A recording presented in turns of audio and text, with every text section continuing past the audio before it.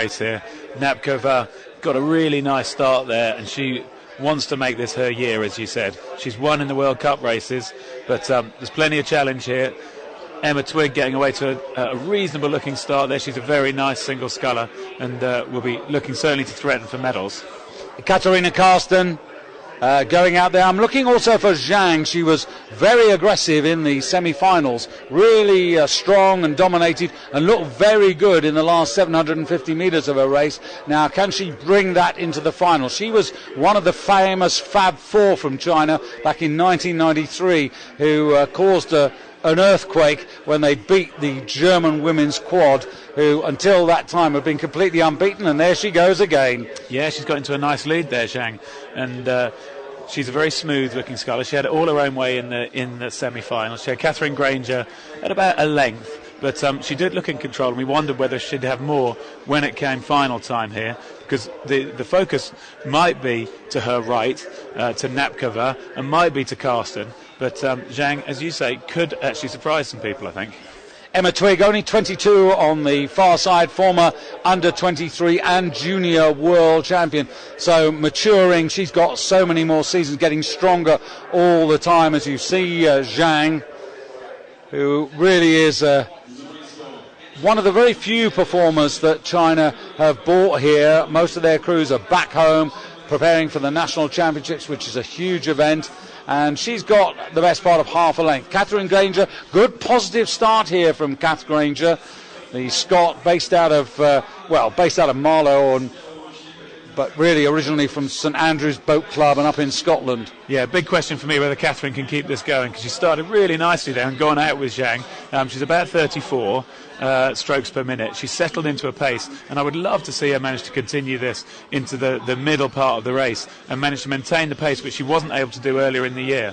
It was actually Napkova, who we're seeing here, who used to take the races on, and we saw at Lucerne, just in this phase of the race, getting into a rhythm and being able to take it on through. She's not being able to do that today. Zhang's continuing to hold that lead and continuing to move smoothly and quietly through the water at that steady 34.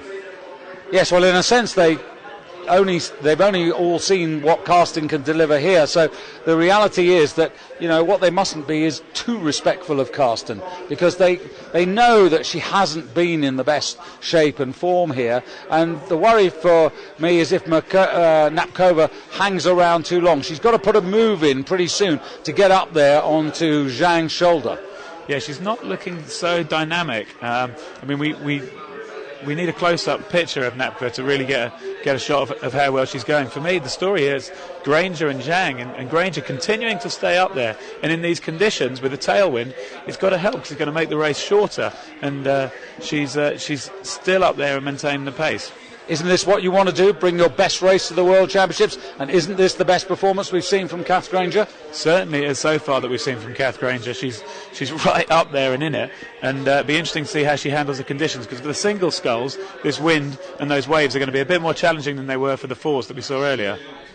Well, she's moving up on Zhang, as you can see. And here we come to the half distance. You want to be on terms at the half distance. And I wasn't ready for that, but Great Britain and China are virtually bow to bow as we go into the second half, the business part of the race, the third quarter. This is where quite often the big moves come. Zhang's moved a little bit now. Napkova's getting into it. I think Napkova's getting into it. Yeah. Karsten's made no impression. Napkova, I think it is, who's starting to slip in. As you say, Twigg out there on the far side needs to do something now if she's going to get right in there and get stuck into the lead that's up at the front. Yeah, it's just a pity for Emma Twigg that she's so divorced from the race pace at the moment now, but there you can see she's just beginning to move up there on Karsten. She suddenly perhaps realised that Karsten isn't a threat. Well, I'll tell you what you've also got. She's a very good sculler technically, and I think as the conditions get tricky, that she might handle them extremely well. But it's actually Granger who's hit the front.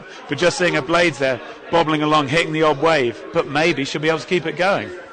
Tremendous strength there, and this is the mental strength that comes out. It isn't just a physical game. You're out there on your own, and now you can see Napkova now breathing on Zhang in second place there. Emma Twigg has a little look around and says, maybe I can get into this now.